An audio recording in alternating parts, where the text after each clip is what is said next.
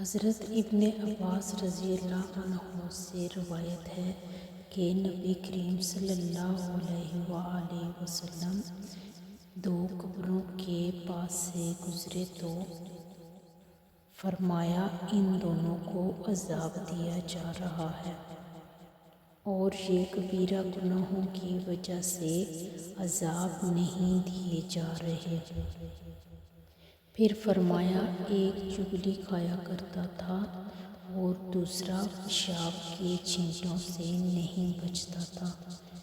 پھر آپ صلی اللہ علیہ وآلہ وسلم نے ایک ٹہنی توڑی، اس کے دو حصے کیے، پھر ہر قبر پر ایک حصہ گاڑ دیا اور فرمایا جب تک یہ خشک نہ ہوں گی شاید ان کے عذاب میں تخفیف ہوتی رہے۔